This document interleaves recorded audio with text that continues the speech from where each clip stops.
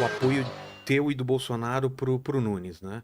Muito foi discutido, até brinquei com o Nunes aqui na sexta-feira, que tava rolando um trisal, né? Tava rolando assim, ó, um chameguinho do Marçal, tentando aproximação, e o Nunes ficou chateado, falou, ô Bolsonaro, eu era o que tava aqui antes. E aí ficou cobrando-se muito a posição do Bolsonaro em relação a isso, e eu vi que a tua posição desde o começo foi muito firme e não se alterou. E eu vi o Bolsonaro parece que esperando alguma coisa em relação à pesquisa, pode ser uma percepção minha. Como que foi esse, como que é o jogo da política quando se tem o governo de estado e aí você tem que escolher o apoio para uma pessoa de um outro partido numa cidade tão grande, São Paulo, e tão importante. Como funciona esse jogo nos bastidores e qual que é a tua visão hoje em dia de como está essa corrida? O que que acontece, né? Eu talvez seja uma das pessoas que possa falar sobre esse assunto com mais Também autoridade. acho. Porque Por uma razão você não era de dentro lá, você não é um cara que nasceu na. Eu não nasci na É, política e mais do que isso hoje, eu estou o governador do estado, né? Estou aí há 21 meses no mandato. E aí eu converso, eu interajo com a prefeitura todos os dias. É interessante que muita gente fala assim, por que você está apoiando o Nunes? é. Ele é comunista. Onde que ele é comunista? Se ele é comunista, por que ele apoiou a privatização da Sabesp? Por que ele está fazendo concessões, privatizações? Por que ele está trazendo capital privado? Vai de encontro aos É, princípios ele é um do. cara cristão, ele é um cara que defende a vida desde a concepção, ele é um cara contra o aborto. Porque aí se criam essas narrativas. Olha, ele é vermelho, ele é comunista. Aonde? É, porque tinha o papo que o Salles seria a melhor indicação, né? E por algum motivo foi pro Nunes. Gente, a questão aqui é o seguinte: primeiro, a gente tem que ser pragmático. Mas você lembra desse papo, né? Lembro, claro. O próprio Salles ficou meio chateado e tal. Claro, mas é normal, né? A pessoa tem suas ambições e às vezes não emplaca e fica chateado. É um grande quadro, um cara super Que competente, teria, super que inteligente. teria muito mais dentro Ele tem do mais espectro identidade com a questão, com a turma conservador. da direita, né? Conservadorismo. Dessa turma mais apaixonada da direita. Só que a gente tem que fazer conta, né? Vamos lá, vamos ser pragmáticos. O que aconteceu na eleição de Pragmático, 22? você fala, é não sonhar com o impossível ou não sonhar com o que não pode se concretizar. O ideal é isso. Já que não temos ideal, vamos ver o que é possível, é A isso? questão é o seguinte: o que é melhor para nós e para o nosso projeto? E Tá. o que é possível? Aí sim, uma Exato. questão de possibilidade. Vamos lá. O que aconteceu na eleição de 22? Na cidade de São Paulo, Lula vence Bolsonaro por 10 pontos de diferença. Haddad vence Verdade. Tarcísio por 10 pontos de diferença. Eu perdi aqui por 10 pontos de diferença. Bolsonaro perdeu aqui por 10 pontos de diferença. Isso é um sinal. Isso é um sinal. Isso diz alguma coisa. Alguém acha que em 2 anos essa cidade deu uma virada à direita? Não deu. Não deu. Isso não aconteceu. Então a gente vai pegar um candidato, aquele direita raiz, e ele vai chegar aqui na cidade de São Paulo e vai ser super bem sucedido. Não vai. A tendência é perder. A tendência é perder. Então a gente precisava procurar um candidato que tivesse condição de agregar o centro, que tivesse alinhado com aquilo que a gente está fazendo e que tivesse condição de ganhar a eleição. Porque quem figura como candidato da esquerda, e desde sempre isso está cantado em verso e prosa, o Guilherme Boulos, Claro. que fez De uma esquerda até de uma esquerda mais radical. Exato. mais extremista, É. né? Porque, vamos lá, Ixi, apagou a luz aqui. Tá apitando lá o. Mas tá. Ó, vai ficar numa penumbra, tá até bonito aqui. gostei ali da imagem. você Ali. vê? Ficou, tá romântico. Mas eu paguei a conta da luz, de luz, viu, gente? Não é aqui. O resto das luzes estão. Eu acho que a gente podia ter um podcast à luz de velas. Pode ser, seria o primeiro, Seria né? o primeiro. Mas então é o seguinte, a gente precisa ganhar a eleição. Então estava cantando em verso e prosa que o candidato ia ser o Boulos. O Boulos fez uma boa eleição contra o Bruno Covas em 2020. E mais do que isso, foi o deputado federal mais votado do estado de São Paulo. E o Boulos não tem voto lá no interior. Majoritariamente, a votação dele é na região metropolitana. O interior já vem de vários mandatos de mais à direita, né? O interior é direita. Eu ganho eleição em São Paulo porque eu ganho no interior. Eu perco na capital, eu perco na região metropolitana. Então, isso é um sinal importante. Então, é uma evidência que, a gente não pode brincar com a esquerda. E se a gente não agregar o centro, a gente perde a eleição. Então foi esse o raciocínio. E naquela época, quando a gente tomou essa decisão, não tinha Marçal no jogo, não tinha nada. Né? Então a gente estava raciocinando com o prefeito, o Nunes e também com o Boulos. Aí a gente toma a decisão, olha, nós temos que apostar naquela pessoa que tem condição de fazer essa agregação de centro e ganhar do Boulos num cenário de segundo turno. Porque também, vamos lá, a esquerda tem um voto consolidado na cidade de São Paulo. Aqui, principalmente na região metropolitana. Então não dá para imaginar, vamos ter uma eleição de primeiro turno. Esquece, não vai. Você vai ter uma eleição de 2 turnos. E aí a gente vai enfrentar Guilherme Boulos no segundo turno. Então quem tem condição de derrotar Guilherme Boulos no segundo turno? Ricardo Nunes. Esse é um ponto. É o ponto pragmático.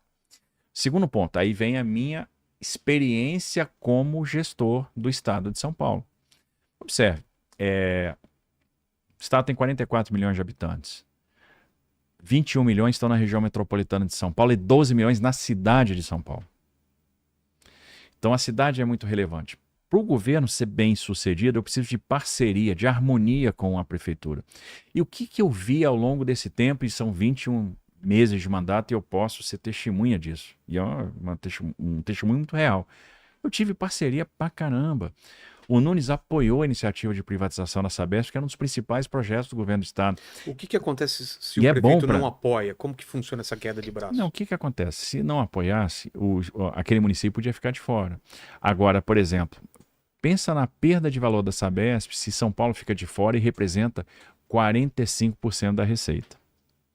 E tem uma questão interessante que as pessoas não sacaram, o Nunes sacou isso. A privatização da Sabesp protege a Sabesp. Por quê? Porque no cenário anterior, a Sabesp tinha 374 contratos. Cada município tinha o seu contrato programa. E esses contratos têm datas de vencimento diferentes no tempo. Quando o contrato programa acaba, ele não pode mais ser prorrogado, que esse é o comando do marco de saneamento. Então o município tem 2 opções. Ou ele constitui uma autarquia municipal, ou ele faz uma nova licitação. Ele faz a nova licitação, o que pode acontecer? A Sabesp pode ganhar ou pode perder. Numa licitação, uma empresa que trabalha às vezes mais alavancada tem mais chance de ganhar do que a própria Sabesp. Se a Sabesp começa nas licitações a perder os mercados relevantes, e esses contratos tinham datas de vencimento diferentes no tempo, o primeiro que ia vencer era Osasco, logo 2028. Opa, voltou. 2028. Depois, lá na frente, ia vencer a cidade de São Paulo. Perde a cidade de São Paulo, a Sabesp fica deficitária. Entendi. E arrebenta todos os outros municípios, porque hoje a Sabesp funciona numa lógica de investimento cruzado. 11 municípios financiadores financiam os outros 360. Então, esse movimento que a gente fez de privatizar permitia a substituição dos contratos. Então, a gente substitui 371 municípios que foram os que aderiram. Dos 374, 3 ficaram de fora. Optaram por ficar de fora. Uma questão muito política. Agora, vai ser ruim para aqueles munícipes. A tarifa vai aumentar, eles perdem o grande benefício do saneamento básico, que é o seguinte: saneamento funciona com regionalização, saneamento funciona com infraestrutura compartilhada. Aí, o compartilhamento de infraestrutura torna o saneamento mais eficiente e mais barato.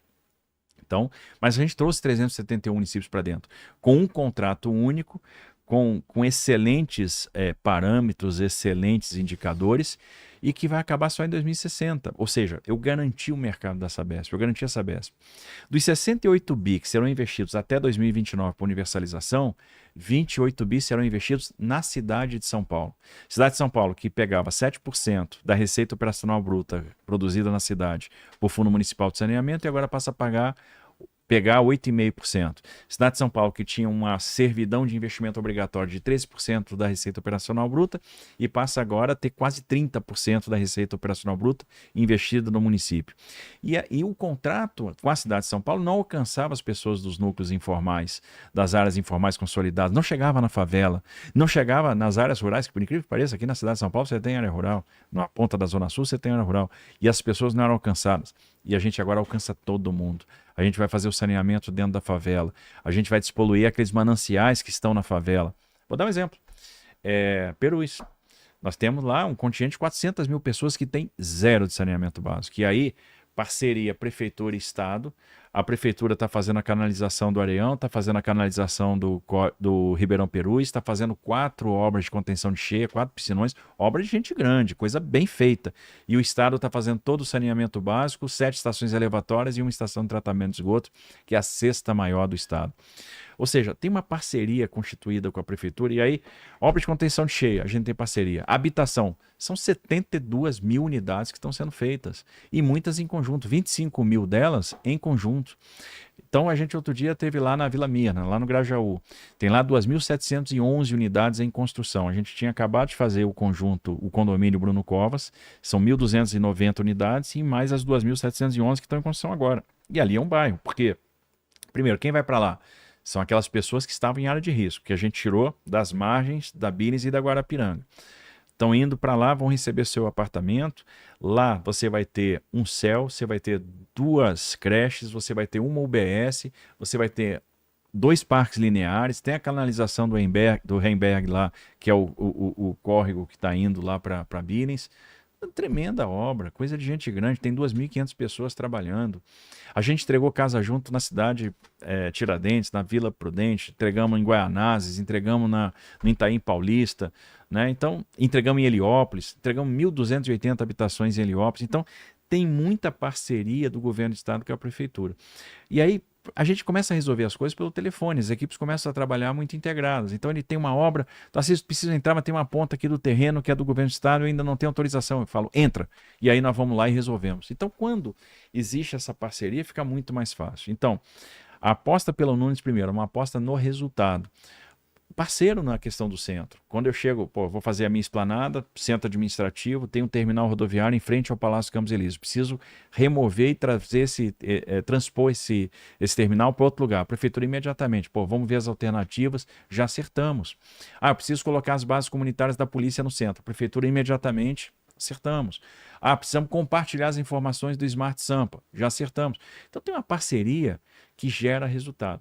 É muito bom trabalhar com parceiro e assim, parte do sucesso do governo do estado de São Paulo depende do sucesso aqui, obviamente na capital, porque a gente está falando de 12 milhões de cidadãos, né? E a parceria que garante esse resultado tem sido muito importante. É por isso que o Nunes hoje é líder na periferia. Tomou a periferia da esquerda. Porque o cidadão que está lá na periferia, está lá no Grajaú, está lá em Parelheiros, está lá na Zona Leste, em Guanazes, está lá no Itaim Paulista, o que ele está vendo? Está lá em Perus, né? Está lá em Pirituba, o que ele está vendo? A ação da prefeitura chegou aqui. Eu estou vendo a obra. Eu estou vendo a obra de contenção de cheia. Não está mais enchendo aqui na minha rua. Estou vendo aqui o corredor de ônibus está sendo feito. Aqui resolveu o problema da Avenida Santa Amaro.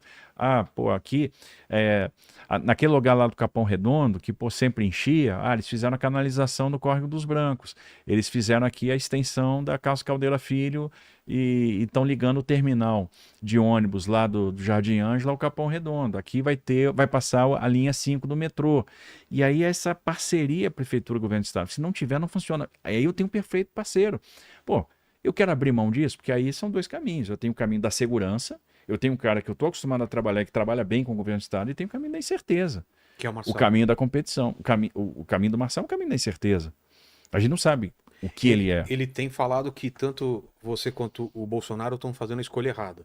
Porque os princípios realmente, segundo eles, bolsonaristas ou conservadores, estão na mão dele e não do Nunes. Isso é uma bobagem, ele achar que monopoliza os princípios bolsonaristas, monopoliza aquilo que é correto. O Nunes é a favor da vida, o Nunes é contra o aborto, o Nunes é cristão, o Nunes é correto, o Nunes é pró-business, o Nunes é pró-mercado, e mais do que isso, o Nunes é trabalhador e está dando resultado. Então, eu acho que eu, mais do que ninguém, posso falar, eu tenho um prefeito que há 21 meses está trabalhando em estreita colaboração com o governo do estado. Eu me sinto muito seguro com ele, porque ele apoia pra caramba as ações do estado. Então, a relação é muito fácil. Além de tudo, o Nunes é um cara muito humilde. Muito humilde. Então você pega o cara que virou prefeito da maior cidade da América Latina e tem a humildade que tem, ele não é o cara, ele não se amostra, ele não é o cara de fazer piada, ele não é o cara de exposição. O ego dele parece que ele é um cara trabalhador, né? E é um cara que trabalha, tá na periferia o tempo todo, tá trabalhando o tempo todo. Pô, você liga para ele 11 horas da noite, ele atende. Você pede para ele ir no palácio 10 horas da noite, ele vai. E a gente combina as coisas, a gente acerta. Então, ele está trabalhando muito. Então, para quem quer fazer uma revitalização do centro como a gente quer, para quem quer acabar com a Cracolândia como a gente quer, você não acaba se não tiver apoio da prefeitura. Para quem quer expandir o metrô como a gente quer, você não expande se não tiver apoio da prefeitura.